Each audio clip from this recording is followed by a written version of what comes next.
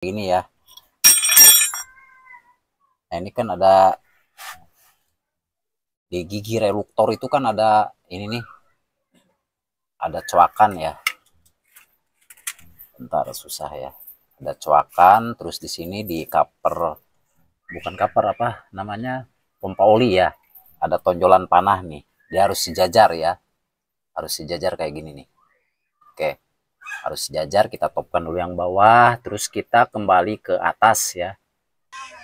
Coakan, ya ketemu coakan di cover valve ya.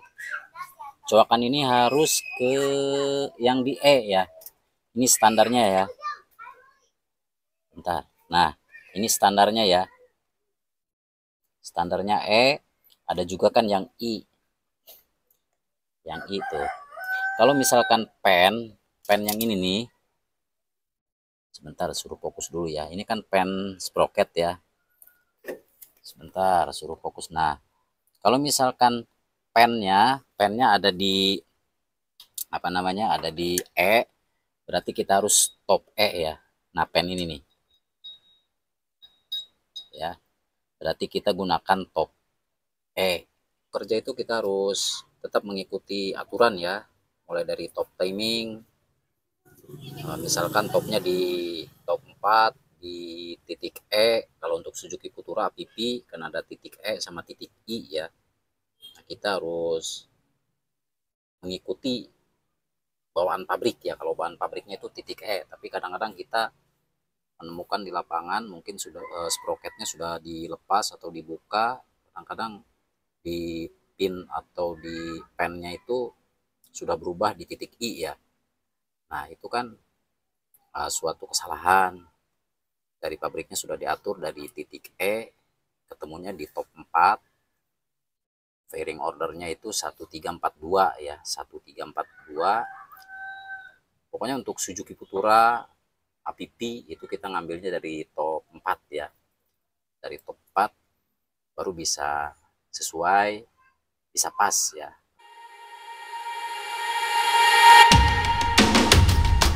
Andika Motor, channelnya seputar otomotif, Pandeglang, Banten, Indonesia.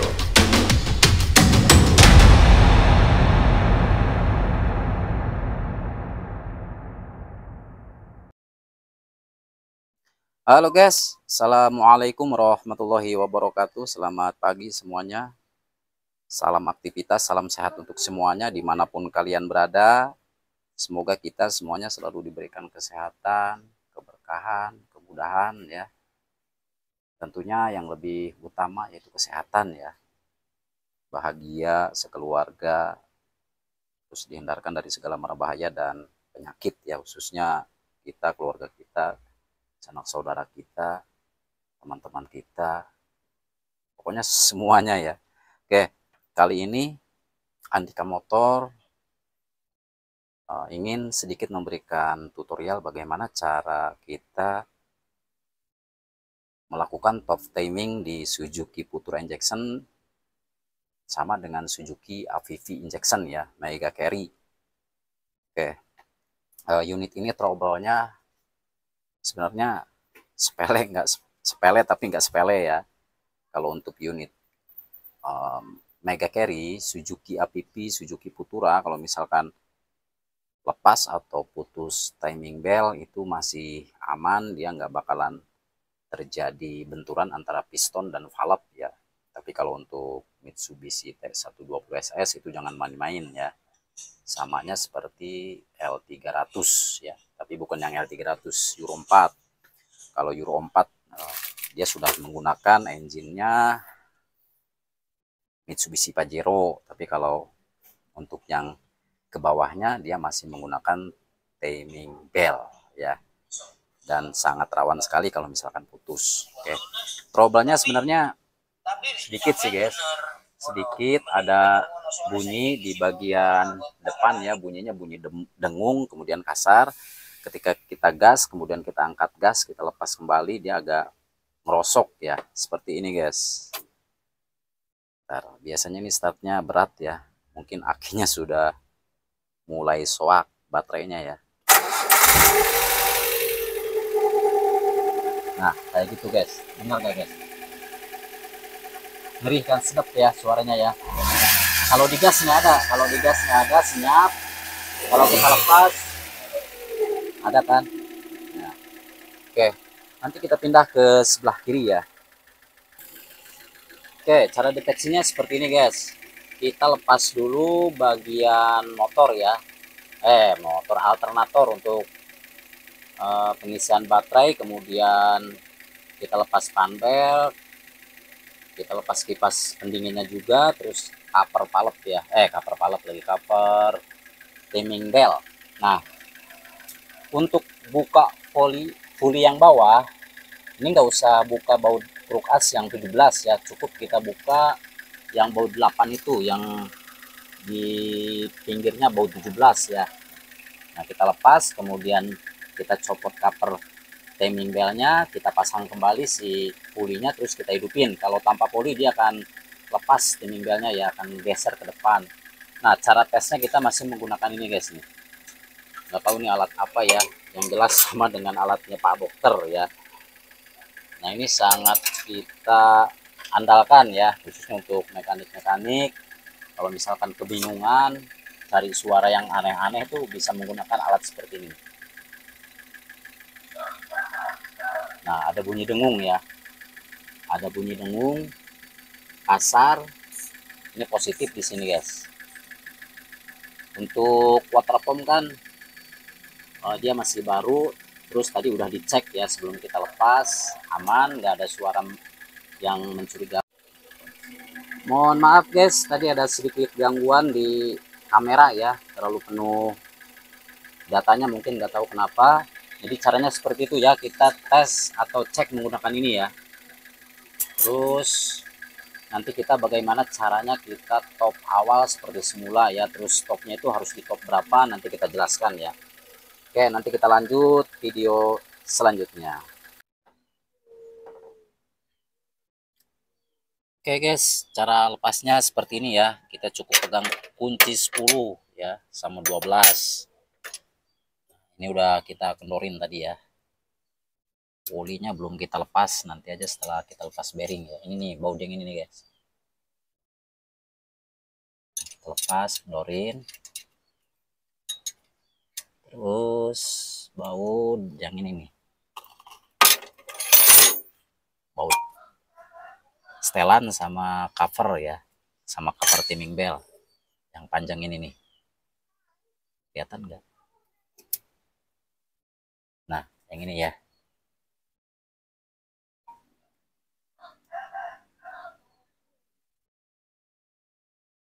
Kita lepas. Nah, ini diusahakan kalau misalkan kita mau buka-buka timing belt, mau penggantian timing belt, diusahakan kita topkan dulu ya. Apalagi kalau misalkan mobilnya mobil L300, kemudian mobil Mitsubishi TSS, diusahakan kita topkan dulu kecuali putus ya. Kenapa? Jadi kita nggak usah geser-geser ini lagi terlalu parah ya, geser sprocket camshaft, kemudian geser kruk as. Apalagi kan kalau di Mitsubishi itu suka mentok ya, klep-klepnya, jadi susah ya. Geser, mentok, kita kendorin yang ini, geser lagi. Jadi bukan nggak bisa, pasti bisa ya, cuman kita harus pelan-pelan. Kita geser, mentok, kita kendorin yang ini, yang atas, geser lagi, kendorin lagi sampai ketemu ya. Oke, kita buka, kita lepas di bearingnya ya. Bearingnya udah kita siapkan ya.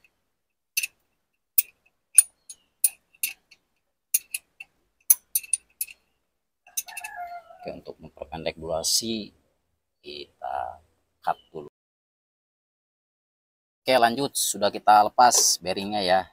Nah, ini bearingnya ya udah bunyi ya, bunyi kasar kalau kita putar-putar karena kita lagi sendiri nih, nggak ada teman ya.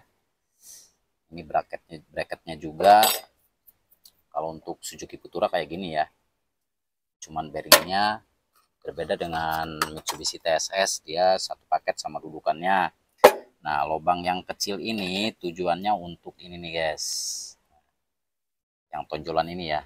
Nah, supaya dia bisa main buat setelan, kekencangan dan kekendorannya ya. Terus kalau kita mau pasang ke engine, ini harus dipasang dulu baut 12-nya. Kita pegang kayak gini nih. Terus pasang ke sana ya. Nanti kita lanjut ke cara titik top-nya. Kita topkan dulu yang bawah ya. Nah, ini topnya guys. Gelap ya, gelap susah. Apalagi kalau unit APP itu susah banget ya. Susah banget, kita lepas dulu.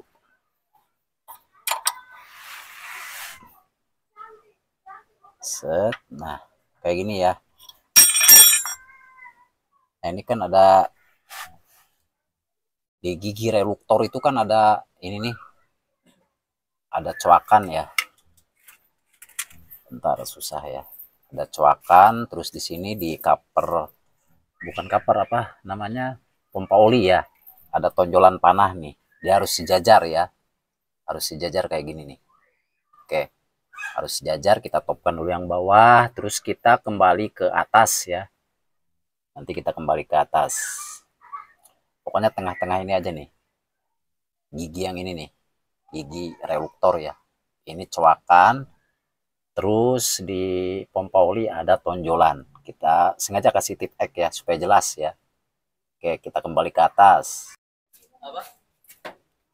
Oke, lanjut ke sproket atas ya. Sproketnya camshaft. Nah, ini kan ada coakan nih. Susah, bentar-bentar. Susah banget ya. Nah, ini kan ada coakan di sini nih. Coakan, ya ketemu coakan di cover valve ya. Coakan ini harus ke yang di E ya. Ini standarnya ya. Bentar. Nah, ini standarnya ya. Standarnya E, ada juga kan yang I. Yang I tuh. Kalau misalkan pen yang ini nih. Sebentar, suruh fokus dulu ya. Ini kan pen sprocket ya. Sebentar, suruh fokus. Nah, kalau misalkan pennya ada di apa namanya? Ada di E, berarti kita harus top E ya. Nah, pen ini nih. Ya. Berarti kita gunakan top E. Kalau misalkan pennya ada di I, ada di sini nih, ini kan kosong nih I ya. Nah, berarti kita topnya menggunakan yang I ya. Yang ini nih. Tapi untuk standarnya dia di E, bawaan pabriknya E ya. Kalau misalkan si pen, nah ini nih ada sampelnya ya. Kebetulan ada sampelnya, punya unit yang satunya ya. Nah, kalau misalkan tadi si pen yang tadi itu ada di E, ada di sini nih, berarti kita topnya top E. Kalau misalkan ada di I, kita menggunakan top yang I. Untuk standarnya dia di E, bawaan pabriknya ya. Pennya di sini, kita menggunakan E. Nah, ini coakannya yang ini nih. Coakannya yang ini nih. Ya. Nah, ini coakannya. Nah, ini posisinya ada di top 4. Berarti si rocker arm yang gapnya renggang itu ada di top 4 sama top 2 ya. Nah, perlu diperhatikan juga, terus perhatian juga buat teman-teman, kan ada rumus secara cepat style valve atau klep ya. Biasanya di top 1 sama top 4 ya. 1 sama 3, 4 sama 2. Nah, kita nggak melakukan atau nggak menggunakan cara itu ya. Kenapa? Kita tetap melakukan style valve itu bertahap, karena fairing ordernya itu kan, untuk fairing ordernya itu 1, 3, 4 ya. Rata-rata semua unit, semua mobil itu 1, 3, 4 ya. Nah, kita lakukan penyetelan satu persatu ya. Kalau misalkan di Suzuki Futura, kita topkan dulu ke top 4 di titik E tadi. Kita lakukan style yang nomor 4. kemudian kita putar setengah ya, bukan setengah, seperempat ya. Kita putar seperempat di bagian sproket noken as, terus kita lakukan penyetelan yang nomor 2. Nah, kita putar lagi seperempat berarti ketemunya 1. Kita putar lagi seperempat berarti ketemunya 3. Kita putar lagi seperempat berarti kembali ke 4. Oke ya.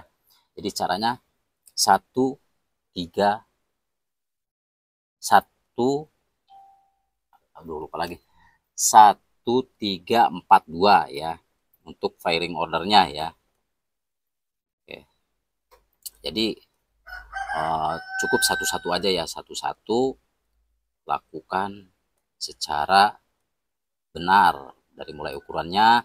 Kebetulan kalau untuk Suzuki Futura itu agak bandel ya. Biasanya kalau kita kasih 15-20, 15 intake, 20 untuk api, biasanya agak berisik.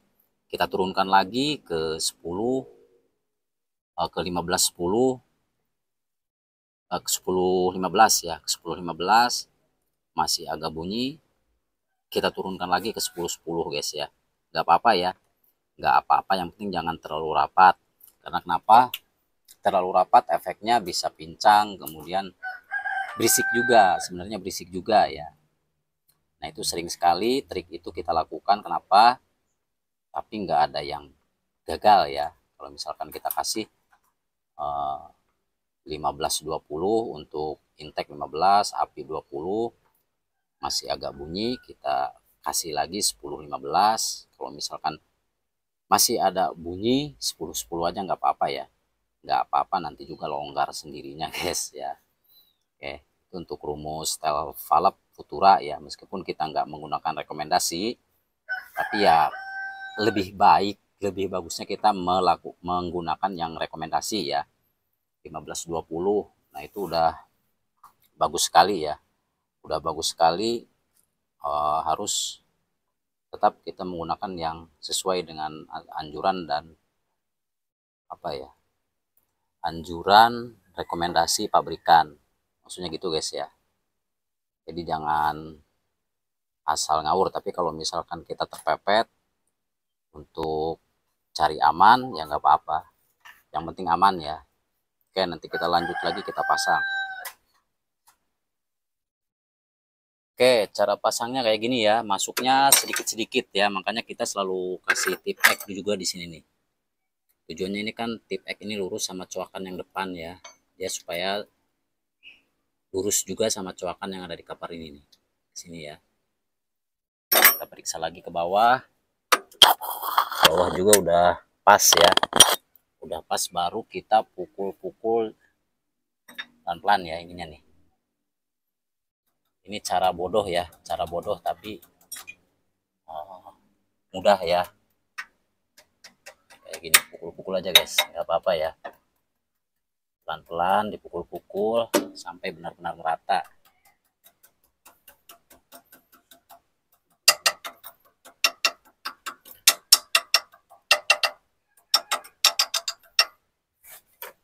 Semua ya, sedikit dulu semua ya, baik di tensionernya, di reduktor bawah, kita kasih sedikit dulu ya.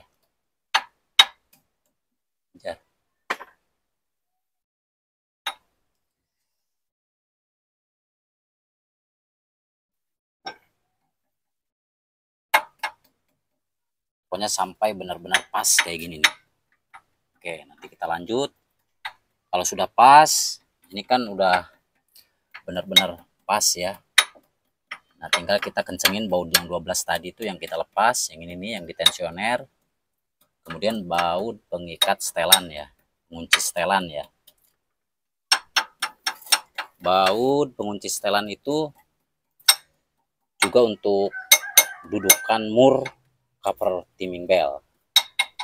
Oke, kita pasang, kita rapihkan, seperti apa nanti hasilnya guys. Nanti kita cek lagi ya.